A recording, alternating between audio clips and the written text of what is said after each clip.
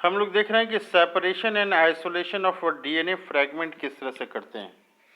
जब भी हमें सेपरेशन करना हो और आइसोलेशन करना हो किसी डीएनए को, तो सेपरेशन करना है यहाँ पे या एंड आइसोलेशन दोनों काम करना है। सेपरेट करना है फिर उसको आइसोलेट करना है डीएनए फ्रैगमेंट को। तो कैसे हम लोग ये डीएनए फ्रैगमेंट को सेपरेट और आइसोलेट करेंगे, इसके बारे में हम लोग जानने की कोशिश करते हैं। तो टॉपिक है हमारा separation and isolation of DNA fragment. तो डीएनए डिजायर्ड डीएनए फ्रैगमेंट हम लोग कैसे करेंगे। डीएनए का मॉलिक्यूल है तो उसमें बहुत सारे जीन हो सकते हैं, तो किसी खास जीन को आइसोलेट करना है तो वो कैसे हम लोग करेंगे। इसके लिए हम लोग देखते हैं क्या यहाँ पे है लिखा हुआ है। कह रहा है कि कटिंग ऑफ डीएनए, ये जो डीएनए का कटिंग करना है, किसी खास जीन को निकालना है तो उसको कैसे करेंगे। तो कह रहा है कि कटिंग ऑफ डीएनए हम लोग करेंगे रिस्ट्रिक्शन इंडोन्यूक्लियस के थ्रू करेंगे। जो एंजाइम है जिससे डीएनए का कटिंग करेंगे उस एंजाइम का क्या नाम है, रिस्ट्रिक्शन इंडोन्यूक्लियस नाम है। तो ये रिस्ट्रिक्शन इंडोन्यूक्लियस करता क्या है, क्या करता है। कह रहा है कि ये रिजल्ट करता है क्या रिजल्ट करता है, फ्रैगमेंट्स ऑफ डीएनए देता है। डीएनए को काट देता है तो फ्रैगमेंट ऑफ डीएनए है। जैसे ये मान लीजिए कि डीएनए है, इसको यहाँ से काट दिया गया तो एक इधर डीएनए मिल गया, एक इधर ये डीएनए मिल गया, दो डीएनए मिल गया। इसी तरह से मान लीजिए, मान लेते हैं हम लोग कुछ इस तरह से, ये मान लीजिए डीएनए ये है, इसको एक यहाँ से काट दिया गया, यहाँ से काट दिया, तो एक दो तीन फ्रैगमेंट मिल जा रहे हैं। ये वाले फ्रैगमेंट को हमको अलग करना है। तो इसको क्या करेंगे हम लोग, separation and isolation of DNA fragment करेंगे। कैसे करेंगे, रिस्ट्रिक्शन इंडोन्यूक्लियस से हम लोग कट कर दिए। तो यहाँ पे देखें हम लोग कि दो जगह पे अगर कट हुआ है, ये दो जगह से कट हुआ तो तीन फ्रैगमेंट मिले हैं, ये एक फ्रैगमेंट, दो फ्रैगमेंट और ये तीसरा फ्रैगमेंट। तो कर रहा है यहाँ पे हम लोग देख रहे हैं ये यहाँ पे कर रहा है कि रिजल्ट हो रहा है, result in fragments of DNA, DNA का फ्रैगमेंट्स मिल रहा है। कर रहा है कि these fragments can be separated by technique. कैसे हम लोग अलग करेंगे इसको, कह रहा है कि अलग करने के लिए जेल इलेक्ट्रोफोरेसिस प्रोसेस करते हैं। डीएनए के फ्रैगमेंट्स को अलग करने के लिए क्या प्रोसेस का नाम है, प्रोसेस का नाम है जेल इलेक्ट्रोफोरेसिस। कह रहा है आगे कि since DNA fragments are negatively charged, DNA के फ्रैगमेंट्स क्या होते हैं, तो ये निगेटिवली चार्ज्ड होते हैं। डीएनए के फ्रैगमेंट्स जब भी चार्ज्ड होंगे तो वो निगेटिवली चार्ज्ड होंगे।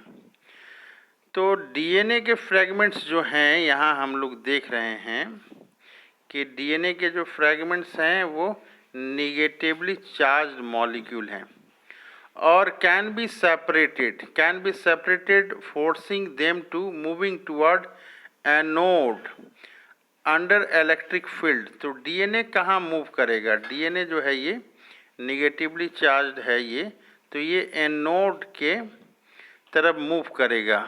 कब, इलेक्ट्रिक फील्ड में। थ्रू ए मीडियम, कैसे करेगा, थ्रू ए मीडियम या मैट्रिक्स। यहाँ दो टर्म है हम लोग को समझना है।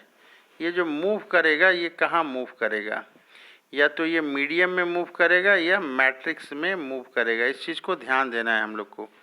कह रहा है कि नाउ ए डे, आजकल जो है the most important used matrix जो है एगरोज है। मैट्रिक्स का नाम अगर पूछेगा कि कौन सा मैट्रिक्स है तो हम लोग इसका नाम बताएंगे कि एगरोज मैट्रिक्स है। कह रहा है कि which is a natural polymer है और extracted from sea woods, seaweeds. फिर क्वेश्चन पूछेगा कि एगरोज को कहाँ से निकाला जाता है, कहाँ से मिलता है। तो हमारा आंसर क्या होगा, हमारा आंसर होगा कि एगरोज सी वीड्स से मिलता है। कहाँ से मिलता है एगरोज, तो सी वीड्स से मिलता है। आगे देखते हैं। कह रहा है कि डीएनए फ्रैगमेंट्स, ये जो डीएनए फ्रैगमेंट्स हैं, डीएनए जो के फ्रैगमेंट्स हैं डीएनए फ्रैगमेंट्स सेपरेट, ये रिजॉल्व हो रहा है। कैसे रिजॉल्व हो रहा है? According to their size, size के हिसाब से ये होता है। चलनी में क्या होता है? चलनी में छोटा वाला सबसे पहले निकलता है, बड़ा वाला बाद में निकलता है। तो इसको बोलते हैं सीविंग इफेक्ट, चलनी effect, sieving effect. Provide by agarose gel, sieving effect कौन देता है? ये एगरोज जेल।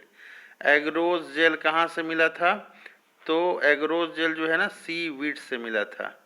सीवीड्स, सीवीड से क्या मिला था? एगरोज जेल मिला था। एगरोज क्या काम करता है? मीडियम का काम करता है या मैट्रिक्स का काम करता है। डीएनए जो है एनोड की तरफ मूव करता है। कब मूव करता है? जब मीडियम और मैट्रिक्स हो। तो इस प्रोसेस को क्या कहते हैं हम लोग? जेल इलेक्ट्रोफोरेसिस कहते हैं, जेल इलेक्ट्रोफोरेसिस। तो एगरोज जेल तक हम लोग यहाँ पे पहुँचे थे। कह रहा है, आगे कह रहा है कि स्मॉलर द फ्रैगमेंट साइज, अगर जो स्मॉलर होगा, क्या होगा? फ्रैगमेंट का साइज। ये जैसे देखिए डीएनए है, ये इसको यहाँ से और यहाँ से दो जगह से कट किए, तो 1 2 3 यहाँ पे मिला। सबसे छोटा पीस ये है, फिर जो है ये है छोटा पीस, फिर ये है दिख रहा है, इसके बाद सबसे बड़ा ये पीस है। तो सबसे पहले जो है ए जो पीस है ये सेपरेट होगा, फिर ये इसके बाद वाला है बी होगा, फिर ये सी होगा। सबसे छोटा पहले होगा। तो हम लोग ये देख रहे हैं यहाँ पे करा कि smaller the fragment size, fragment size अगर स्मॉलर है, farther, farther is it move. करे कि look figure 3.1 and guess at which end of the gel sample was loaded. 3.11.3 यहाँ पे ये दिखा रहा है ये कि स्मॉलेस्ट जो है ये अलग दिखा रहा है, ये सबसे पहले ये सेपरेट हुए हैं, लार्जेस्ट जो है ये सबसे बाद में हुए हैं। ये क्या है? डीएनए बैंड्स हैं, ये वेल्स यहाँ पे दिया हुआ है, नंबरिंग किया हुआ है, ये 1 2 3 4 ऐसे करके ये नंबरिंग किया हुआ है। यहाँ फिगर में लिखा हुआ है, क्या लिखा हुआ है? फिगर 11.3 में है ये कि typical agarose gel electrophoresis showing, क्या शोइंग कर रहा है? कर रहा है कि migration of undigested lane 1 and digested set of DNA fragments lane 2 to 4, यहाँ पे ये दिखा रहा है। तो हम लोग देख रहे हैं कि जेल इलेक्ट्रोफोरेसिस प्रोसेस में आगे हम लोग देखते हैं जेल इलेक्ट्रोफोरेसिस में क्या होता है। कह रहा है कि separated DNA fragments can be visualize after staining. कब हम लोग देखेंगे सेपरेटेड डीएनए को? कब हम लोग देख सकते हैं? तो कह रहा है कि देखने के विजुअलाइज जो होगा केवल स्टेनिंग के बाद, इसको रंगेंगे तभी देख पाएंगे हम लोग। कह रहा है कि the DNA with compound known as, कौन सा कंपाउंड बता रहा है ये? Ethidium bromide. कह रहा है कि इथीडियम ब्रोमाइड जो ये कंपाउंड है bromide, followed by exposure to UV rays. कह रहा है कि इथीडियम ब्रोमाइड ये प्रोडक्ट जो है उसके बाद जो है एक्सपोजर करेंगे UV rays, ultraviolet rays, radiation, you can see pure DNA fragment in visible light and without staining, without staining कहीं हम लोग देख सकते हैं। कह रहे you can see bright orange colored band of DNA in a ethidium bromide stain gel। Ethidium bromide से अगर हम लोग स्टेनिंग करेंगे तो कैसा दिखाई देगा? कह रहा है कि ब्राइट कलर का दिखाई देगा, orange coloured band of DNA दिखाई देगा। आगे बता रहा है ये फिगर, ये यहाँ पे एक्सप्लेन करने की कोशिश किया है। The separated band of DNA cut out, इसको क्या करते हैं? कट आउट, काट के बाहर निकाल लेते हैं। From the agarose gel and extracted from gel piece, gel piece से इसको बाहर निकालते हैं। कर रहा है यहाँ पे कि this step is known as elution, जो बाहर निकालते हैं उसको इल्यूजन प्रोसेस कहा जाता है। जेल से बाहर कटिंग करके निकालते हैं। करा कि DNA fragments purified in this way are used in constructing recombinant DNA by joining them with suitable vector. करा है कि जो हम लोग फ्रैगमेंट, डिज़ायर्ड फ्रैगमेंट्स हम लोगों ने निकाला जिसकी ज़रूरत थी, इसको प्यूरिफाइड करते हैं, जो डिज़ायर्ड है उसी डीएनए को लेते हैं, प्यूरिफाइड। और ये इसको जो है कहाँ यूज़ करते हैं हम लोग? कंस्ट्रक्शन में यूज़ करते हैं। किस चीज़ के कंस्ट्रक्शन में? रिकमेंडेड डीएनए बनाने में, यूज़ करते हैं। कैसे? तो ज्वाइन करते हैं इसको।